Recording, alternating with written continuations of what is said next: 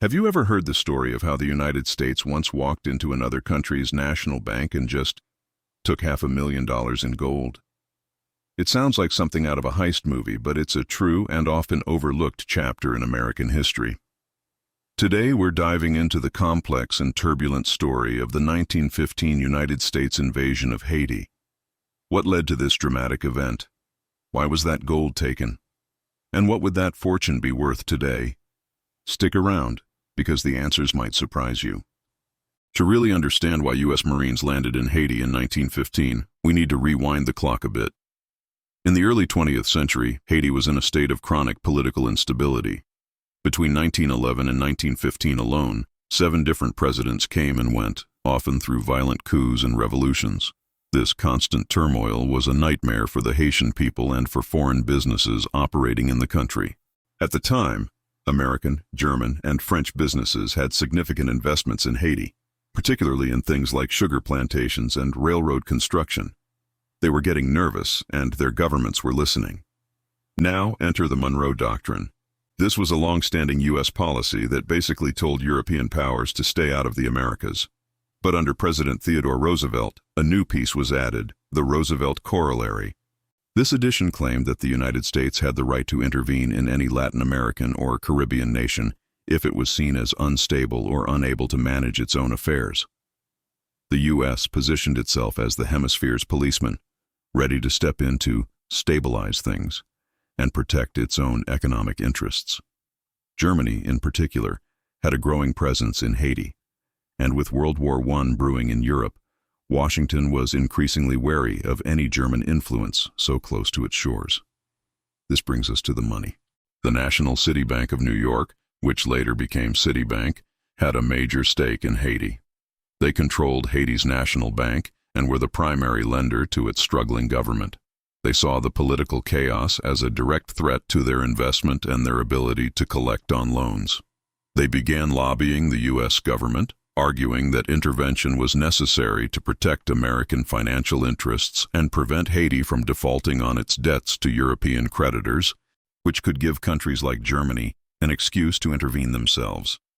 So, in December 1914, 7 months before the full-scale invasion, something extraordinary happened. Fearing the instability would jeopardize the bank's assets, the U.S. government made a preemptive move.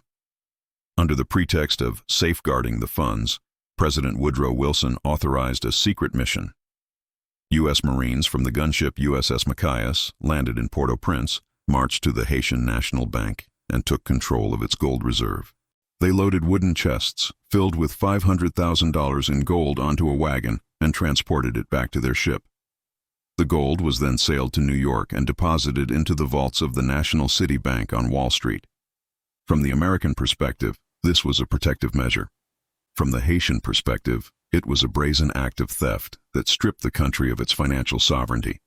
Now let's talk numbers. How much is that $500,000 in gold worth today? Well, back in 1914, the price of gold was fixed at about $20.67 per troy ounce. So $500,000 would have bought roughly 24,190 troy ounces of gold.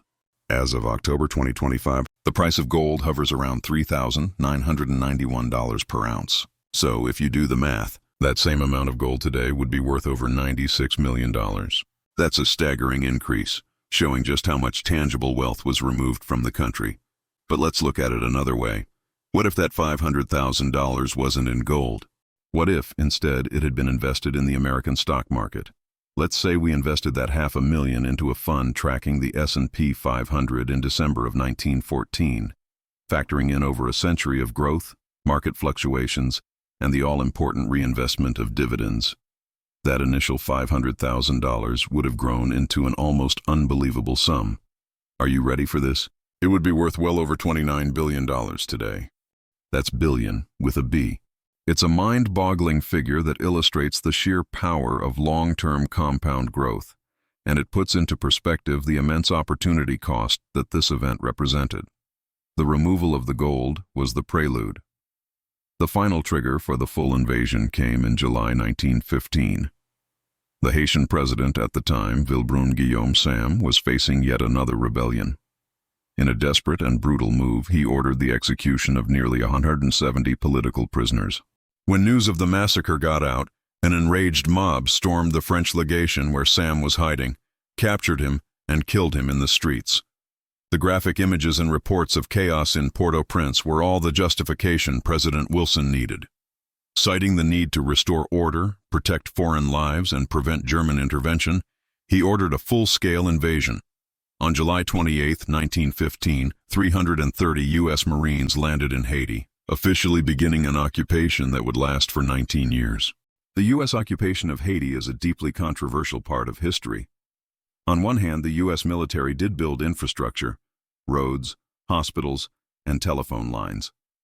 They also disbanded the competing regional armies and created a unified National Guard, the Garde d'Haïti, in an attempt to end the cycle of coups. They reorganized the government's finances to ensure debts to American banks were paid off first. However, these actions came at a very high cost to the Haitian people. The occupation was brutal. The U.S. military imposed strict press censorship and martial law. To build those new roads, they reinstated an old system of forced labor called the corvée, which many Haitians saw as a return to slavery.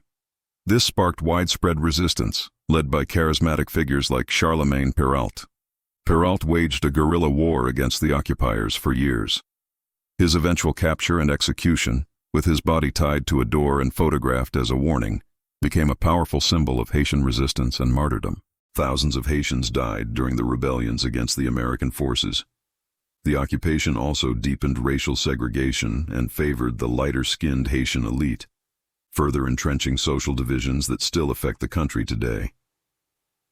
The occupation finally ended in 1934 under President Franklin D. Roosevelt's Good Neighbor policy, which aimed to improve relations with Latin America.